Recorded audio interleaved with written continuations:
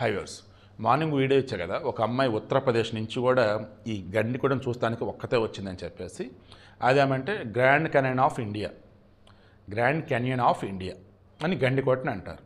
Then అసలు వరల్డ్లో grand canyon అంటే ఏది, ఎక్కడ ఉండిద్ది అన్నప్పుడు వెనకాల అటాచ్ చేస్తాను చూడండి. ఆరిజోనా అని చెప్పేసి యూఎస్లో ఉన్నటువంటి 50 రాష్ట్రాలు ఒక రాష్ట్రం. అక్కడ కొలరాడో అని చెప్పేసి ఒక నది. ఆ కొలరాడో నది ఈ ఆరిజోనాలో ఉన్నటువంటి ఆ కొండ ప్రాంతాలను తొలుచుకుంటూ అసలు వంపులు తిరుగుతూ చాలా నేరో ఇరుగ్గా కూడా ట్రావెల్ చేసింది అనమాట.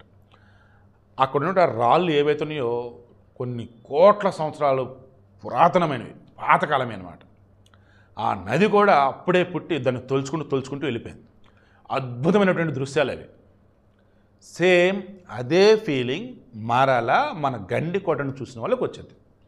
పెన్నా నది అక్కడ ఉన్నటువంటి పెద్ద పెద్ద పర్వతాలను కూడా పర్వతాలు కదిలే కొండలని చీల్చుకుంటూ కొంచెం బాగా వెడల్పుండేది, కొంచెం బాగా నేరోగా ఉండిద్ది అనమాట. సో అద్భుతమైన సీనరీ. అక్కడ కొలరాడో గ్రాండ్ కెన్యన్ ఆరిజోనా రాష్ట్రంలో అక్కడ కూడా అద్భుతమైన టూరిస్ట్ ప్లేస్ అది. ఈ గండి కూడా అటువంటి tourist place. But be careful. Recent టైమ్స్లో ఒంటరిగా మాత్రం దయచేసి వెళ్ళకండి. ఫ్యామిలీతో వెళ్తారా, ఫ్రెండ్స్తో వెళ్తారా, కొంచెం ప్రికాషన్స్ తీసుకుని వెళ్ళండి, హ్యాపీగా ఎంజాయ్ చేయండి.